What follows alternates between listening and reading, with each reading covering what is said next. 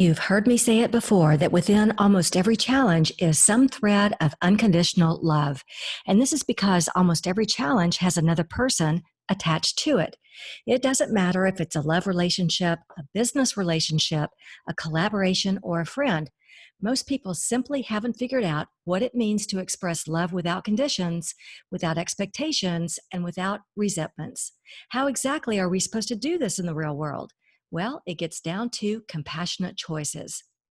This podcast is all about helping you with your spiritual growth so you can overcome obstacles and manifest your destiny, to crystallize and materialize any dream, basically to have success on life's journey. It's all about getting unstuck by unlocking your hidden power. I hope today's episode inspires you to look more closely at compassion, and it may not be what you thought it was in the past.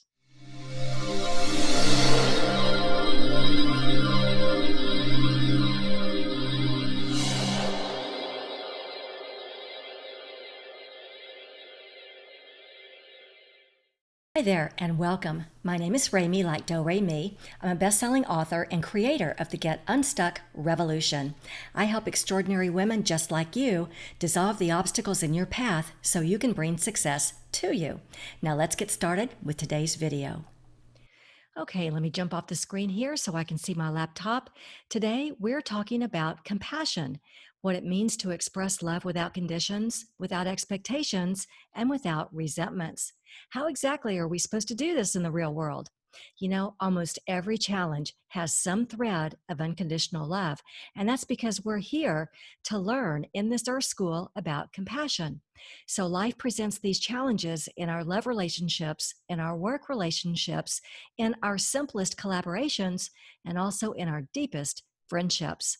What most people don't realize is that the choices we make in our everyday life are leading us toward success.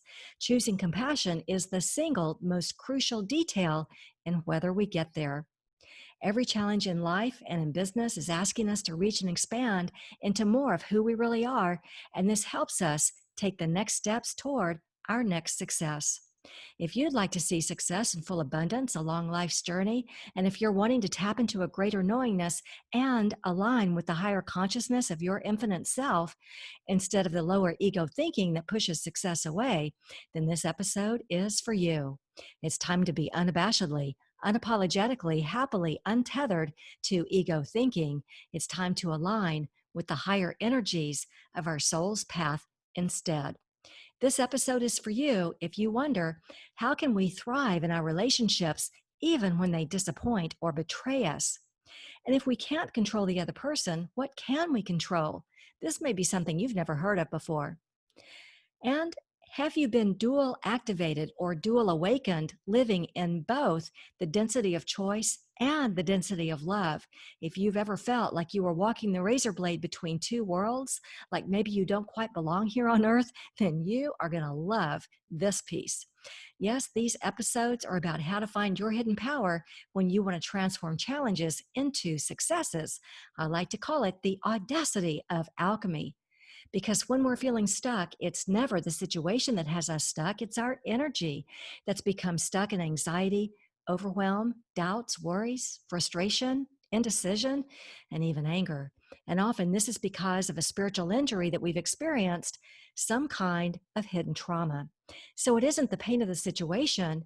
It's the pain of not being connected in the natural energy of who we really are, of being connected to that magical part of us that's a creative vibrational being who can use positive energies to create what we want and bring it into physical manifestation. We can allow our manifestations to materialize and not get stuck in the negative vibrations that block them.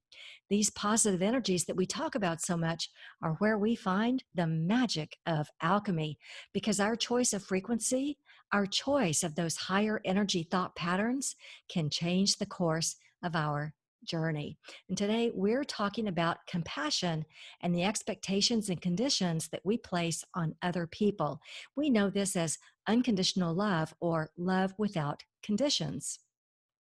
You know, you've heard me say it before that within almost every challenge is some thread of unconditional love, of compassion. And this is because almost every challenge has another person attached to it. It doesn't matter if it's a love relationship, a business relationship, a collaboration, or a friend. We're on this planet to discover and express unconditional love, and that's why it's a common thread in most every challenge. And I've gotten a lot of questions about how to love without conditions, without expectations, and without resentments or other negative emotions. This is one of our major life lessons while we're here on this planet. And so we're given lots of experiences that challenge us in this regard. After all, how can we be in a personal or even a business relationship without conditions or without expectations? Isn't that inviting us to be walked all over, neglected, abused, and otherwise mistreated or disrespected? If you've ever wondered how you can ascend to a new level of loving without conditions or expectations, well, we're going to answer some of these tough questions. What most people don't realize is that the choices we make in our everyday life are leading us toward graduation from the earth school. Every action, every decision, every choice leads us closer to graduating from our lessons. And choosing compassion is the single most crucial detail in whether we graduate or whether we become a repeater, having to go through all these painful life lessons again because we didn't practice compassion. And just for a little definition, by compassion, I mean basically the golden rule. Don't do something to someone else that if they did it to you, it would cause pain. Compassion is considering the other person before speaking or acting in a way that may hurt them. And that's why it's the single most crucial detail in this game of life. Okay, so, before we dig in, a little clarity. I've done a fair amount of research on this topic, and from my perspective, loving without conditions and loving without expectations is very misunderstood. I won't go so far as to say that compassion is misunderstood, but from my own observations, compassion is misused. How many times do we hear someone brag about how spiritual they are and they're basically good and kind right before they hurt someone so deeply, sending that person to the edge of insanity and then walking away like it was no big deal? That's the opposite of compassionate. It's cruel, it's mean, it's abusive. And I'm hoping that after today's episode, you'll feel encouraged to see how this all fits for you and what you've observed in your own life. So let's get rolling. If you didn't hear my recent episode called Perfect Timing, it's one of my favorite episodes that I've ever done. Perfect Timing was the name of it. We talked about the game board that we're playing on while we're here on Earth. And one of the features of this game board is unconditional love. As we play this game, we're presented with life experiences that give us opportunities to discover and express the unconditional love, the compassion that's wired into our DNA. Now, another feature of the game board is unity, that we're all one. If I hurt you, I end up hurting myself. And another feature, of course, is free will. And that entire episode called Perfect Timing was so much fun to do because we talked about not only how to play the game while we're here on Earth, but how to win the game. That episode called Perfect Timing, it's there if you'd like to go listen to it. Very recent, just a week or two ago. It is totally worth it. So, I've done a fair amount of research on this topic, and from my perspective, loving without conditions and without expectations, it's very misunderstood. Loving without conditions means that I won't withhold my love from you just because you disappoint me. It doesn't mean that I have the right to lay out endless conditions and then beat you up if you can't reach my impossibly high standards. It simply means that I recognize that you're human and I'm human, and here we are. We're imperfect. We're figuring it out. And you can trust me enough to know that I won't withhold my love from you. I won't abandon you. I'm here.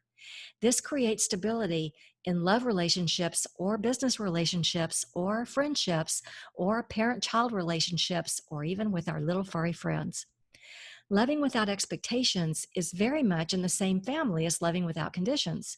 It also means I won't withhold my love from you just because you don't meet my expectations. Quite the contrary. Maybe our expectations aren't even known. Maybe we never talked about each other's expectations. And so now is a good time to do that. because you're human and I'm human, and here we are. We're imperfect and we're figuring out our expectations as we go. And we can both express our expectations without beating each other up, without make wrong, without advice giving. We're learning how to discover and express our expectations. All right. So, loving without conditions and without expectations is about discovering and expressing who we really are at our deepest core. That's why it's such a challenge. We have to be willing to be vulnerable because that's how we grow.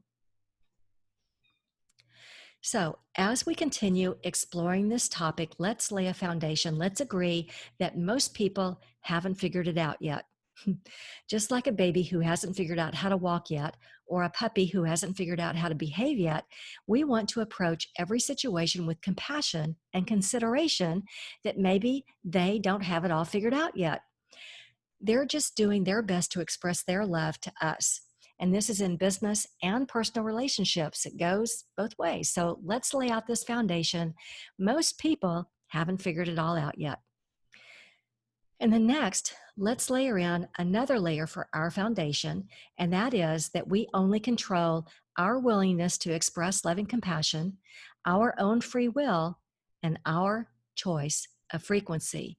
We only have control over these three things, and everything else is part of the illusion, part of the life experiences that we're dealt so that we can learn. The first thing we have control over is whether or not to discover the unconditional love, the compassion, the appreciation that lives in our DNA and express it with compassion. Every life experience is designed to help us be rid of our negative ego thinking, our fears, doubts, confusion, and anger, so that we can uncover this unconditional love that lives at our core. We have utter control over whether to uncover this part of us and whether to express it. According to the law of one, we're discovering that we're all one, we're all connected, we're all part of the same energy. So this is the first thing that we have control over.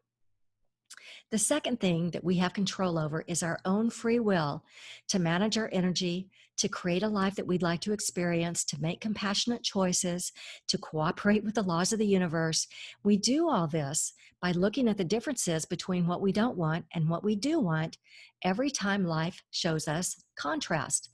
Most people look at what they don't want, but they miss the opportunity to look for what they do want and then create it. You may know someone like this. This is our free will to make choices for what we do want.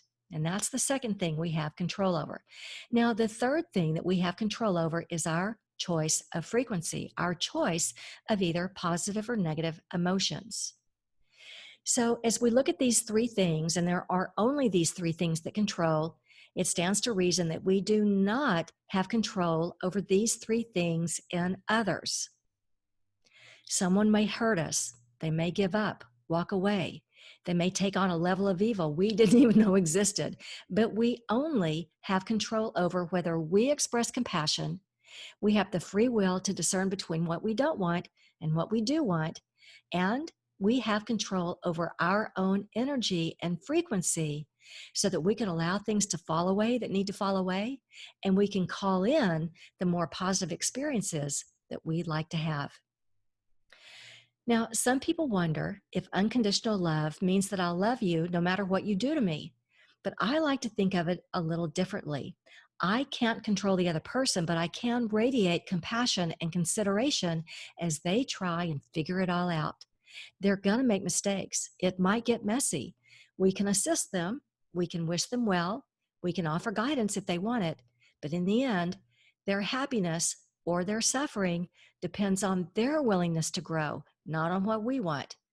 All we can do is offer compassion, which energetically speaking is actually huge. We grow by leaps and bounds when we offer compassion. Now then, let's layer in another layer to our foundation, and that's about expectations. Disappointment and other negative emotions come our way when our expectations aren't met. But they can't be met if we never express them in the first place. So let's manage our own expectations. Now, we could talk about babies or puppies. We could talk about our menfolk and how it doesn't work to roll up a newspaper and beat them over the head when they disappoint us. But one of my favorite tools about expectations came from Jackson Galaxy. He's the cat whisperer for cat owners who are puzzled about their cat's behavior. And he teaches that for every no, there has to be a yes. If we don't want the cat to put their claws on the sofa, then we tell them no and give them a scratching post that's 1 inch away from the sofa. We give them a no, then we give them a yes. And I've used this technique with my own cat with amazing success. And it takes little more than a quiet mm-mm and a tap of my fingernail on what the yes is. For instance, she isn't allowed on the kitchen counters, but she is allowed to sit on the bar top and watch. So if she steps one paw on the counter, I tell her mm-mm and then tap my fingernail on the bar top. And she obliges. She crawls right up on the space on the bar top where she can observe. And this works like magic. So this is how we can manage our expectations with another person. We tell them our no, and we also tell them our yes. Notice that I'm not putting any emphasis on them, but on our expectations. So let's look at an example. With a business collaboration, we simply say, here's my expectation, and they can either agree or not. And I did this with my digital ad agency. And I said, my expectation is that we'll see compelling results within 30 days. And at the end of 30 days, we both agreed the results weren't compelling and we could pivot. I didn't have to withdraw my love. In other words, I didn't have to withdraw my advertising dollars because the expectations were managed on both sides up front. What we're really saying is that we're surrendering our need to control. We're saying that everything is a negotiation. And if we don't put the boundaries for our negotiation right up front, then we're banking on our own expectations and the other person is in the dark about what they are. Now, I can't tell you how many times I've saved my own derriere because I was smart enough to set expectations and get agreement up front. The upfront agreement doesn't have to be a big deal, but it is basic communication, whether it's an agreement to have just a little fun together, to experiment and just see how it goes, or an agreement to create some kind of compelling outcome together. That's the upfront. All right, let's move on. Our last layer is that we must be able to love someone even when they disappoint us. Now, we hear it all too often that I can love you unconditionally, but that doesn't mean I want you in my life. And can I say that's always bothered me just a little bit. Yes, we need to have spiritual boundaries, but there's such an element of judgment to say, I love you unconditionally, but that doesn't mean I want you in my life. Because doesn't the but put a condition on our love? We don't want to place a condition on it that says, I love you unconditionally, but. So when we express love and compassion toward someone, even when they disappoint us, it simply means that we're staying out of ego thinking, we're staying out of judgment, we're staying out of our fears, we're staying out of anger and antagonism. When we express love and compassion towards someone, even when they disappoint us, we're raising our vibration to allow more compassion. We're building a structure and foundation that would allow the brightest and best soul connection. And we're staying open to possibilities even greater than we've imagined. So we're managing our own expectations and we're managing our own frequency. If they've disappointed us, maybe we've never talked about our expectations. Maybe they're still trying to figure things out. Maybe they need compassion more than anything else in the world because they're experiencing pain they can't even describe. If we set these new boundaries, all they have to do is step into a new world, a world that we're creating. If we withhold our compassion, if we fall into ego thinking, we could very well set ourselves up for a whole new set of lessons in vulnerability and how to express love and compassion without conditions. If we put a but in there and withhold our compassion, we may be setting ourselves up for all new lessons. Now, let me give you a bigger perspective on compassion. I've had people tell me that they feel like they're living between two worlds. They feel an inner battle between the physical world and the spiritual world. They want to live with more spirituality, more unconditional love, but they have trouble reconciling this in the physical world. And what I hear most often is, if I'm living in the physical world, wouldn't it make sense to live with physical world rules and boundaries? Because other people in this world don't seem to be as spiritual as I am. Not that I want to be a spiritual snob. 3-second pause to just let this soak in. So let me share some information that you may have never heard. And if this is the case, just take it as a broad concept because I'll be going more in depth in a future episode. But just consider that we live on a duality planet, right versus wrong, good versus evil, love versus fear. So we live in a density of choice, the third density to be exact, the choice between right and wrong, good and evil, love and fear.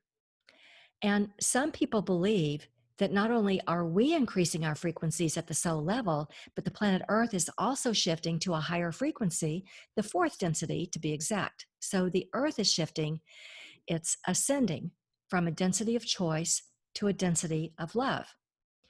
And there are those of us who are dual activated or dual awakened. And so we live a little bit in both worlds. We've already graduated from the density of choice. We've already ascended. And now we've come back to this planet to help others graduate from the density of choice to the density of love. As we continue to hold a high frequency, as we continue to make choices toward compassion, our own frequency is magnetic, and so it helps others make the same high frequency choices that are based in compassion. We're here helping others graduate from the density of choice into the density of love, because each time we make a choice toward compassion, our energy doubles and doubles again. We experience spiritual evolution at a rapid pace, and so do the others that we're helping, that we're influencing. Now, those that make fear-based choices or make choices that harm another person, they aren't evolving at this high pace. They aren't getting the lessons. They aren't choosing the positive frequency or the positive choices. They aren't choosing compassion. Perhaps they're still working through some karma. And so some of us live in both worlds. And if you've ever felt like you're walking a razor blade, which is how somebody once described it to me, then you may be someone who is dual activated or dual awakened, and you're living in both worlds, the density of choice and the density of love. I've also heard it described as walking on the sun. The light is too bright and it burns. Well, this is what happens as we ascend out of this density of choice. We're approaching the love frequencies, and so we continue to move along the line of light until the light grows too much, and then we have to take a little break so that our tolerance of this light can increase. And so it creates this feeling of walking on the sun when it gets to be so bright. Now, if this resonates with you, being dual awakened, this may be landing like a bomb right now for you. So if so, be watching for an upcoming episode where I'll go into these two densities with a little more detail. So we're making a choice. We're choosing to express unconditional love and appreciation even when someone disappoints us. As you can see on the screen here, this is how we live in both worlds, whether we've already ascended or whether we're in the process of ascension right now. Okay. So within almost every challenge is some thread of learning how to express love and appreciation without expectations. It doesn't matter if it's a romantic relationship, a business relationship, a collaboration, or a friend. Most people simply haven't figured out what it means to express love and appreciation without conditions, without expectations, and without resentments. And that's what this Earth School is all about. As we empower ourselves toward the idea of how to discover and express love without conditions, we're choosing a higher frequency, higher and better thoughts, because our choice of frequency changes the course of our journey, and it can change the course of someone else's journey as well. So, reflecting back on everything we covered today, how can you apply what you've learned? I think one of the most important things to ask is, who is currently in your life that you can see now they're still trying to figure things out? And could they do with a little more compassion? Well, I hope this helps you as you're using the powers of alchemy to transform challenges and obstacles into positive new successes. This podcast is all about helping have success on your spiritual growth journey. It's all about getting unstuck by unlocking your hidden power. If you still can't get your head around what's got you stuck, you can tell me about it. You can send me a question to questions at unlockyourhiddenpower, or you may not know that you can schedule a one-on-one session with your own personal unstuckologist, that's me, by visiting instantbreakthroughsession.com. This private session is designed to help you tap into your greatest resource, that's you, and together we can make quite a team toward calling in the transformational powers of alchemy. In our time together, we'll uncover your single biggest stuck point, the one you can't see. We'll also go over the most genius way to create clarity so you can just move forward while one obstacle after another is obliterated. And we'll create a strategy to get you moving in one really good direction, the one that's aligned with your life purpose. If this sounds like a match made in heaven, you can hop on over to instantbreakthroughsession.com right now and book the time slot that works best for you. Well, thanks for joining me today, and I'm wishing you a life filled with all the alchemy you need to bring success to you. Feel free to anyone you know who's feeling stuck, and I look forward to seeing you on the next episode.